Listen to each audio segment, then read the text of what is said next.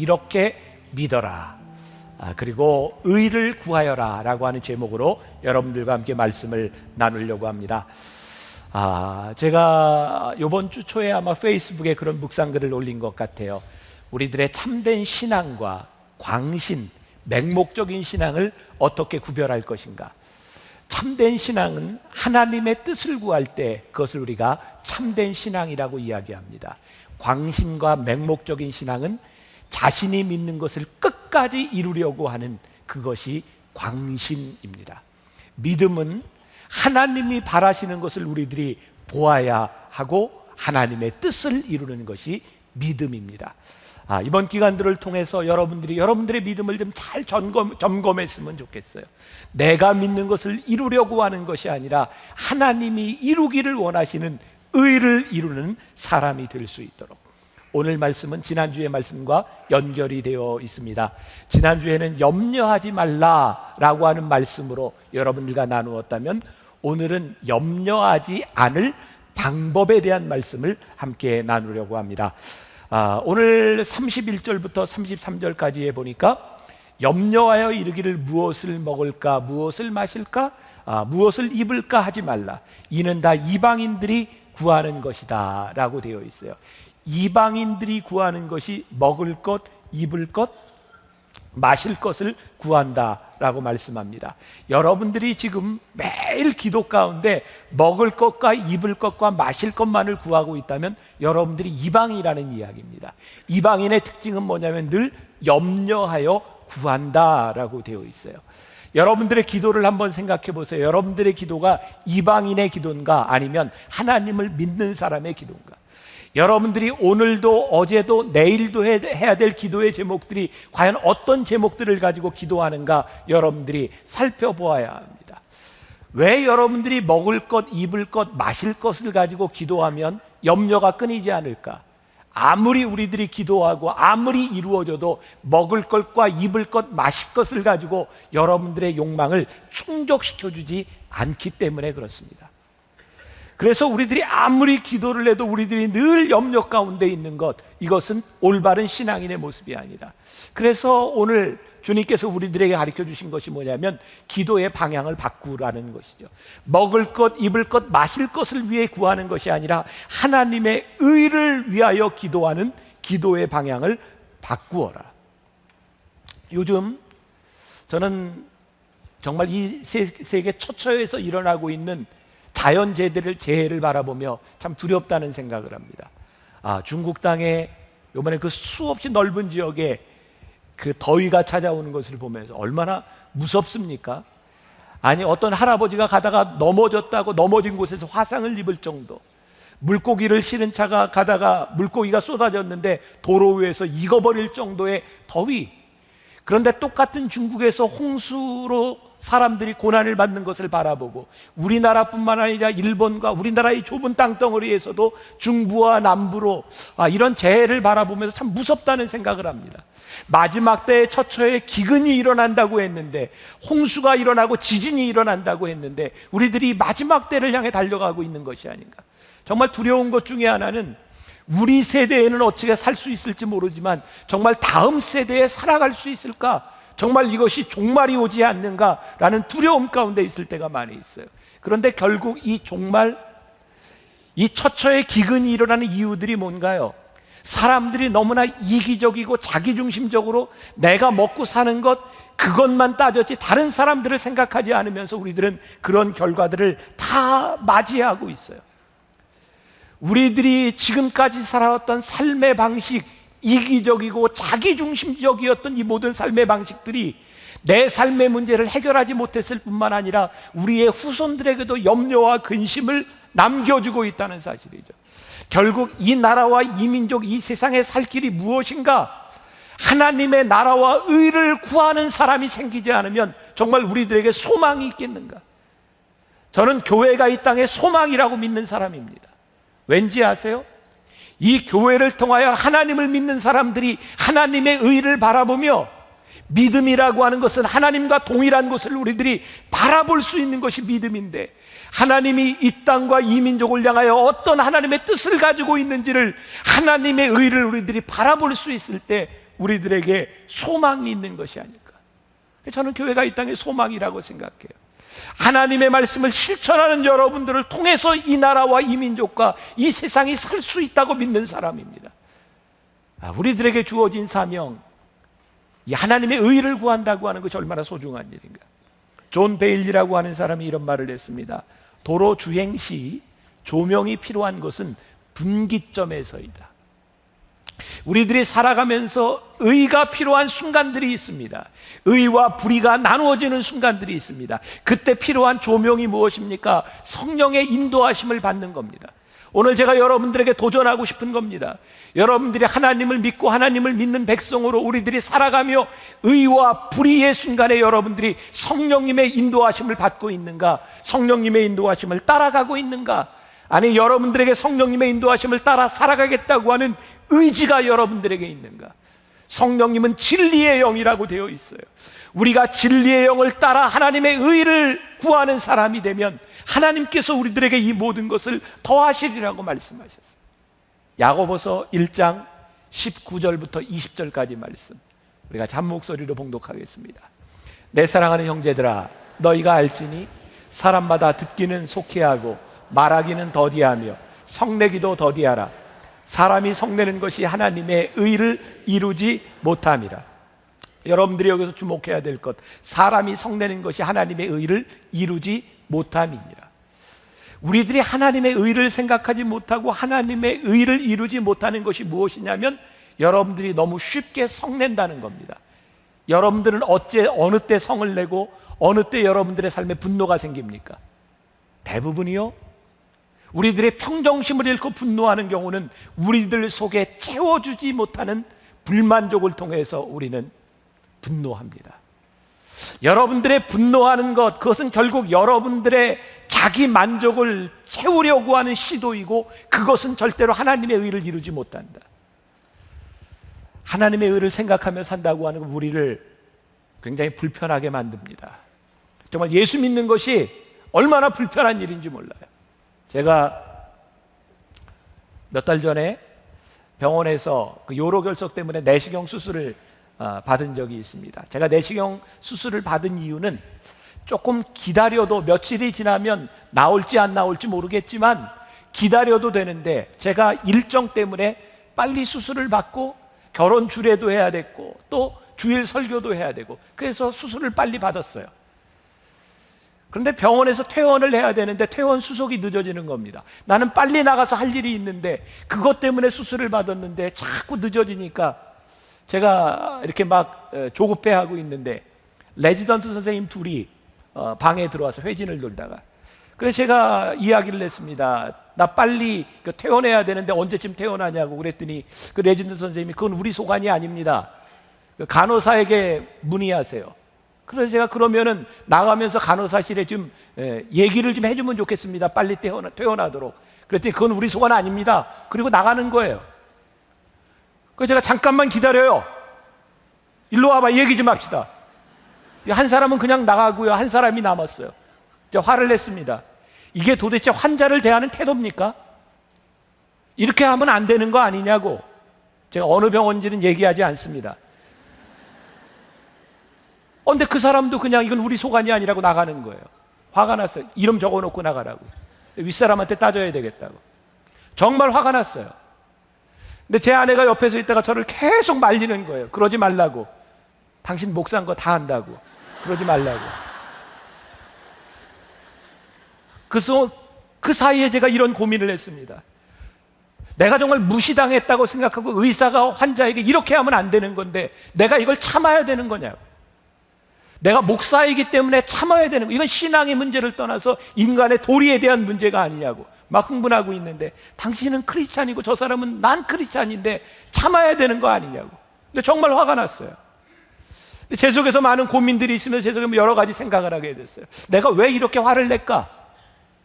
결국은 내가 빨리 퇴원해야 되는데 그것이 이루어지지 않는 것 때문에 조급했고 어쩌면 제가 목사로서 만나교회 목사로서 어느 병원에 가든지 늘 아는 교인들이 저에게 특별 대우를 해줬던 것 그것을 받지 못했기 때문에 내가 화가 난 것인가? 다른 환자들은 이런 대우를 받으면서도 참을 텐데 나만 화난 것이 아닌가, 여러 가지 생각을 했어요. 제가 여기에 대한 결론은 내릴 수 없어요. 무엇이 옳은지 모르겠어요. 그러나 한 가지 분명한 것은 제가 화를 내고 후회했다는 겁니다. 참았어야 하는데 내가 왜 그것을 참지 못했을까? 그리고 제가 후회를 하면서 옳고 그름을 떠나서 거기서 내가 흥분했다는 것이 내가 잘못했다는 생각이 들었어요. 옳고 그름에 대한 그런 판단도 내가 조금 더 성숙한 사람이었다면 정말 하나님께, 성령님께 이 상황을 좀 물어볼 수 있었을 텐데 내가 왜 그렇게 하지 못했을까? 제가 여러분들에게 요즘 계속해서 하는 이야기죠. 믿음이 뭡니까? 보편적으로 우리들이 당하는 고난, 우리들의 상황에 대하여 우리들이 특별한 반응을 보이는 것이 믿음인데, 우리는 왜 보편적인 상황에 대하여 보편적인 반응밖에 보이지 못하는 것일까? 결국 내가 얻으려고 하는 것에 대한 만족이 이루어지지 않으면서 그 만족이 채워지지 않는 것 때문에 화를 낸다면 이것은 하나님을 믿지 않는 사람도, 아니 하나님을 믿지 않는 사람들이 그렇게 자기중심적으로 살아가는 모습이 아니겠는가? 저도 부족하고, 그래서 여러분들에게 그런 질문을 드립니다. 여러분들의 삶에 채워지지 않는 것, 여러분들의 불만족스러운 그런 일들 가운데 정말 우리들이 하나님의 의를 바라보는가, 아니면 우리들의 불만족스러운 일들에 우리들은 정말 보편적인 반응을 하고 있는가? 무엇이 옳은지 하나님 앞에서 우리들이 집중할 필요가 있다. 때로 우리들의 삶에 어렵고 힘든 분노의 순간들에 우리들이 타임아웃, 하나님 제가 무지무지하게 화가 났습니다. 제가 분노를 참을 수가 없습니다. 제 만족이 채워지지 않습니다. 그때 하나님 앞에 타임아웃을 부를 수 있는 사람, 그게 하나님을 믿는 사람의 모습은 아닐까? 분노, 우리들의 잘못된 기대감에서 오는 것은 아닐까? 여러분들은 여러분들의 삶의 기대들이 다 있습니다. 여러분들의 삶의 기준이 있습니다. 근데 여러분들의 삶의 기준이 정말 옳은가요? 여러분들은 언제 아내에게, 언제 남편에게 화가 납니까? 여러분들의 기대를 채워주지 못했을 때 화가 나지 않습니까? 우리 여자분들 남편이 그렇게 얘기를 해도 옷 갈아입고 양말 뒤집어 놓고 그냥 속옷 그냥 놓고 가는 거, 참 빨래하는 그 바구니에 좀 집어넣지 그거 그냥 맨날 늘어놓고 가는 남편을 보고 화나지 않아요? 최인숙 씨 미안해요. 제가 오늘 아침에는 제가 이렇게 잘 넣고 왔는데 그거 자꾸 저도 잘 안 돼요. 근데 그게 화가 나는데 남편이 내 기대에 못 미치는 겁니다. 내 기대에 미치면 내가 얼마든지 이해가 되는데 내 기대에 미치지 못하는, 여러분들은 어느 때 여러분들 자녀들에게 화가 나고 분노가 일어납니까? 자녀가 도대체 내 기준에 못 미치는 겁니다. 결국 그 기준이라고 하는 것이 나의 기준일 뿐이에요. 우리는 그것이 만족되지 못하면 우리들은 늘 화가 납니다. 그런데 성경은 오늘 우리들에게 너희들이 하나님의 나라와 하나님의 의를 구하는 사람이 되어라. 하나님의 나라와 하나님의 의를 구했는데 문제는 무엇입니까? 하나님의 은혜, 하나님의 의를 구할 때 우리들이 바라는 것이 뭐예요? 그 뒤에 있는 것 아닙니까? 이 모든 것을 너희에게 더하시리라. 근데 우리는 하나님의 의를 구했다고 생각했는데 이 모든 것들을 더하시는 일이 우리들에게 일어나지 않을 때 우리는 더 화가 나고 참을 수 없는 겁니다. 그럼 이 성경 말씀이 잘못된 것일까요? 아니죠. 제가 말씀을 묵상하며 깨닫게 된 것이 있습니다. 우리가 착각한다는 것이죠. 우리는 하나님의 나라와 의를 구하며, 우리들은 그 의를 구하며 뭘 생각하냐면 거기에 더하실 것을 생각합니다. 더하시는 게 여러분들에게 뭔가요? 하나님의 나라와 뜻과 의를 구하면 내 경제적인 일들이 잘 풀려져야 되지 않습니까? 내 자식이 잘 돼야 되지 않습니까?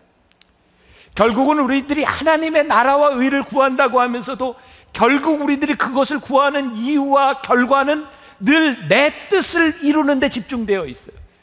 하나님의 나라와 의를 구한다고 하면서도 결국은 내 뜻이 이루어지는 데 집중되어 있을 때 그것은 올바른 하나님의 의와 뜻이 아니죠.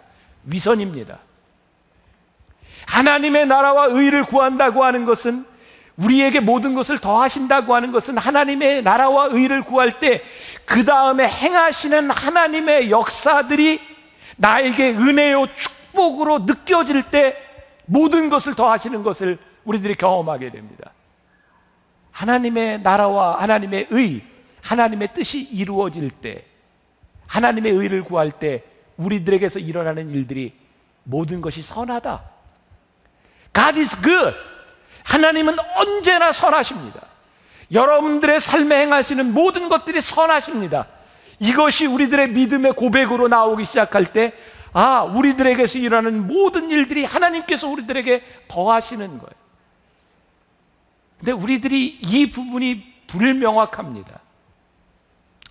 제가 돌아가신 아버님을 생각하면 예전에 살아계실 때 우리 사남매에게 늘 하셨던 말씀이 생각나요. 감사해라, 감사해라. 돌아가시고 저도 이제 50에 들었으면서 그 감사하라고 하는 뜻이 무엇인지가 가슴에 와닿아요. 저희 아버님이 우리 자녀들을 키우면서 감사하라고 말씀하셨던 그때는 감사할 수 없는 때였어요. 너희들 감사해라, 감사해라. 감사할 수 없는 때 감사해라. 왜요? 감사할 수 없는 순간에도 하나님은 우리들에게 늘 선하시고 우리들에게 좋은 것으로 인도하시기 때문에 그것이 감사한 거예요. 여러분들이 하나님의 나라와 의를 위해서 살아가면서 여러분들에게 일어나는 결과에 대해서 여러분들이 불만족스럽다면 여러분들은 하나님의 나라와 의를 구한 것이 아닙니다. 왜? 우리는 신실하신 하나님을 믿기에, 하나님은 선하심을 우리들이 믿기에, 하나님이 행하시는 일이 옳음을 우리들이 믿기 때문에 그렇습니다.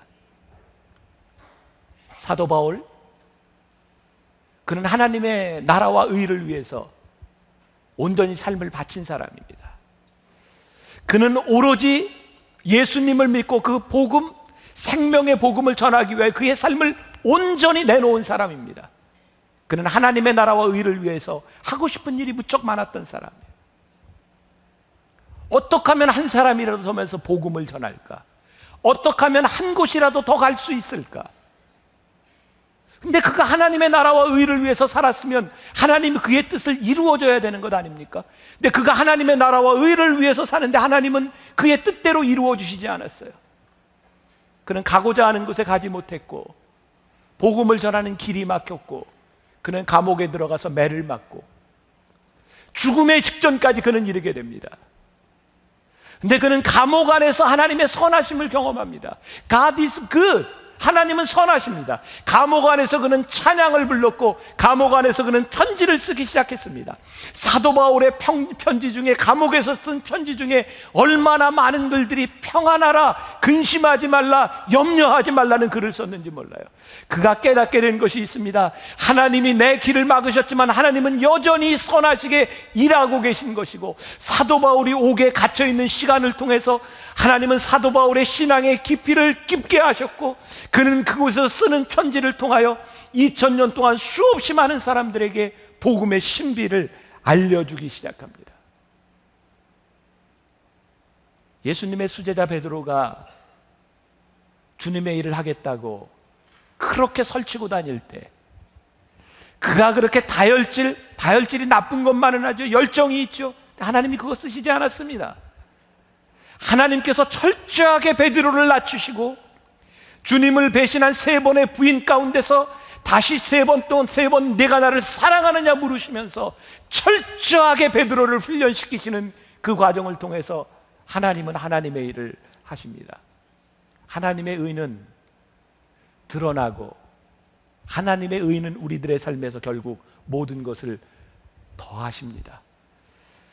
하나님을 생각하고 하나님의 의를 먼저 생각했을 때 정말 우리들에게 깨닫지 못했던 감사와 기쁨을 경험하게 되는 순간, 하나님이 내 삶의 모든 것을 더하시는구나 라는 믿음의 고백을 하게 됩니다. 제 삶에 분명한 고백을 하자면, 제가 은혜를 체험하고 은혜를 체험한 사람으로 목회를 하기 시작하면서 제 삶엔 분명한 확신이 생겼어요.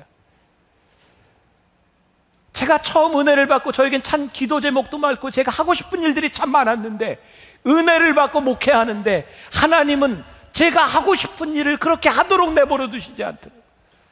하나님은 참 여러 번 저를 가로막으셨어요. 만나교회 목회를 하면서도 하나님이 가로막으신 일이 한두 번이 아닙니다. 하나님, 내 속에 이런 열정이 들끓고 있는데 하나님, 제가 목회자로서 뭐 딴짓을 한다고 이 길을 막으시는 겁니까? 내 열정을 막으실 때 그게 서운했어요. 근데 지나놓고 보면 내 열정보다 중요한 하나님의 뜻이, 하나님의 길이 거기에 있더라고요. 그때부터는 제 기도가 달라지기 시작했어요. 제가 만나교회 목사로서 성숙해지고 있다는 생각이 들었어요. 왜? 하나님, 제가 이것을 하고 싶습니다 라는 기도가 아니라 이제는 하나님, 어떤 일을 행하시든 하나님이 행하시는 일에 순종할 수 있는 믿음과 용기를 저에게 주세요. 결국 제가 하나님의 의를 위해 살지 못하는 것은 나에게 순종하지 못함과 나에게 용기 없기 때문임을 하나님이 깨닫게 하셨기 때문입니다. 그리고 나에게 하나님의 뜻이 불분명하지 않을 때 제가 주저하는 것이 아니라 적극적으로 행할 수 있는 믿음을 주셨어요. 왜? 하나님은 분명히 원하시지 않는 것을 막으시더라고요. 하나님이 원하시는 일이면 길을 열어주시더라고요. 그러면서 하나님의 뜻이 보이기 시작했어요. 하나님의 의를 구한다고 하는 것, 그것이 어느 날 우리들의 삶의 만족으로, 기쁨으로, 감사로 다가오기 시작할 때, 아, 하나님이 내 삶의 모든 것을 더하고 계시는구나, 그런 믿음의 고백을 하게 되죠. 염려하지 말라고 하는 말씀 가운데는 만족하는 삶을 살 수 있다는 것이 전제되어 있습니다. 오늘 우리들이 하나님의 손길을, 우리들이 믿음으로 하나님의 손길을 보기 시작할 때 우리들에게 채워지는 만족감, 그것은 내 욕구를 채우는 만족감이 아니라 하나님의 뜻이 이루어지는 것에 대한 만족감입니다. 오늘 본문 말씀 34절 같이 한번 볼까요? 그러므로 내일 일을 위하여 염려하지 말라. 내일 일은 내일이 염려할 것이요 한날의 괴로움은 그날로 족하니라. 아, 예수님 참 어떻게 이런 말을 하셨을까? 기가 막히지 않아요? 날씨가 더워서 감동도 안 되세요? 보세요. 내일 일을 위하여 염려하지 말라. 꼭 우리한테 하시는 말씀이죠. 참 재밌어요. 내일 일은 내일이 염려할 것이요 한날의 괴로움은 그날로 족하니라. 유진 피터슨의 메시지 성경에 보면 이렇게 표현하고 있어요. 하나님께서 바로 지금 하고 계신 일에 온전히 집중하세요. 내일 있을지 없을지도 모르는 일로 동요하지 마세요. 어떠한 어려운 일이 닥쳐도 막상 그때가 되면 하나님께서 감당할 힘을 주실 것입니다. 오늘 여러분들이 염려하는 그 염려를 여러분들이 바꿀 수 없다면 내일을 염려하지 말고 오늘을 충실하게 살라는 거예요. 오늘을 충실하게 사는 사람이 내일도 충실하게 삽니다. 내일을 염려하는 사람은 매일 염려 가운데 살아갑니다. 결국 내일을 염려하는 사람의 인생은 늘 염려뿐입니다. 오늘의 부족함을 열심히 살아가는 사람은 내일도 열심히 살아가게 됩니다. 이게 정말 그리스도인들에게 주시는 멋진 삶의 원칙 아닙니까? 그리스도의 향기를 낼 수 있는 것이 오늘을 열심히 사는 거예요. 왜? 내일은 하나님이 책임지실 거니까. 아, 이 말을 들으면 지금 여러분들 가슴이 답답한 분이 있을지 몰라요. 내일 근심이 지금 막 쌓여 있는데 근심하지 마세요. 여러분들이 지금 근심하고 한다고 될 일이 아니에요. 오늘을 열심히 사세요. 최선을 다하세요. 그리고 내일을 하나님께 맡기고 내일 다시 그 일을 보세요. 제가 학교 박 선생님 365일이라는 책에 여러분들에게 책을 소개해 드렸는데 보세요. 참 재밌게 쉽게 볼 수 있는 책입니다. 거기에 샴푸라는 제목의 글이 있습니다. 비누가 지배하던 욕실에서 샴푸가 한 자리 차지할 수 있었던 건 자신만의 전문 분야를 확실히 보였기 때문입니다. 누군가를 그대로 흉내내서는 내 자리를 갖기가 어렵습니다. 샴푸가 지배하던 욕실에서 린스가 한 자리 차지할 수 있었던 것은 샴푸의 일을 빼앗지 않고 도와주었기 때문입니다. 누군가를 쓰러뜨려야 내 자리가 생기는 것은 아닙니다. 오늘 여러분들의 염려와 분노, 누가 내 자리를 빼앗을까 봐 염려가 되기도 하고요. 아니 내가 누군가의 자리를 밟고 올라서야 된다고 하는 근심도 여러분들에게는 있습니다. 시간이 걸릴지 모르지만 여러분들이 오늘을 열심히 살면 하나님께서 여러분들의 자리를 지켜주십니다. 이것이 믿음입니다. 오늘날 젊은이들이 많이 조급해합니다.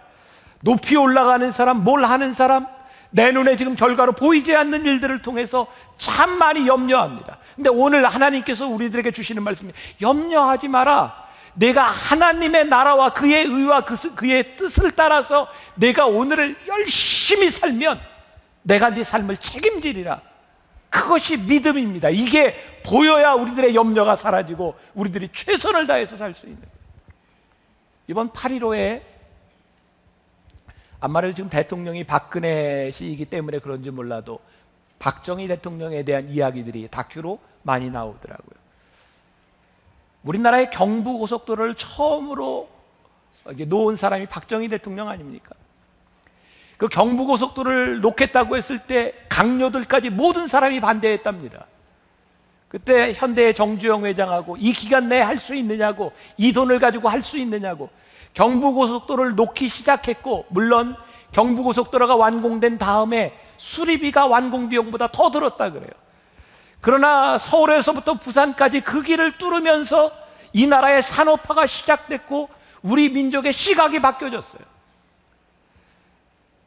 제가 이번 다큐를 통해서 참 놀랐던 건 박정희 대통령이 그 일을 하면서 결국 돈을 마련하기 위해서 독일에 간호사와 광부들을 보내고 그리고 파월 월남에 우리들의 장병들을 보내면서 그 결정을 하기까지 하룻밤에 박정희 대통령이 담배 4갑을 피웠답니다. 얼마나 그게 결정하기 힘든 일이었으면 그가 그런 결정을 했을까? 그리고 그가 결정했을 때 아무도 따라주지 않는 곳에서 얼마나 외로웠을까?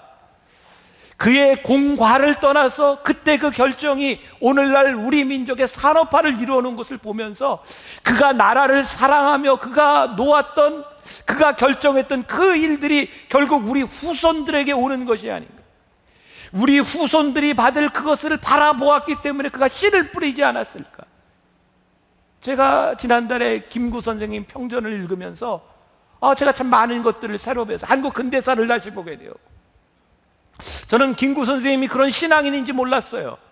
그가 안두희 씨에 의해서 암살을 당하던 그날이 예배 시간에 예배를 참석하는 날, 그 시간을 잡아서 안두희 씨가 계획을 세웠고, 김구 임시정부 주석이죠.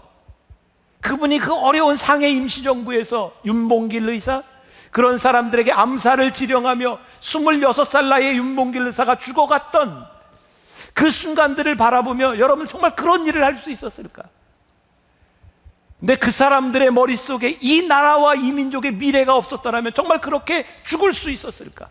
그들이 죽는 것으로 끝난다면 이건 너무나 허무한 일인데, 근데 그들은 내일을 보았어요. 그래서 그들은 기꺼이 죽었고 오늘 우리들이 이 자리에서 이 땅에 살아가며 숨쉬고 예배할 수 있는 것 아닙니까?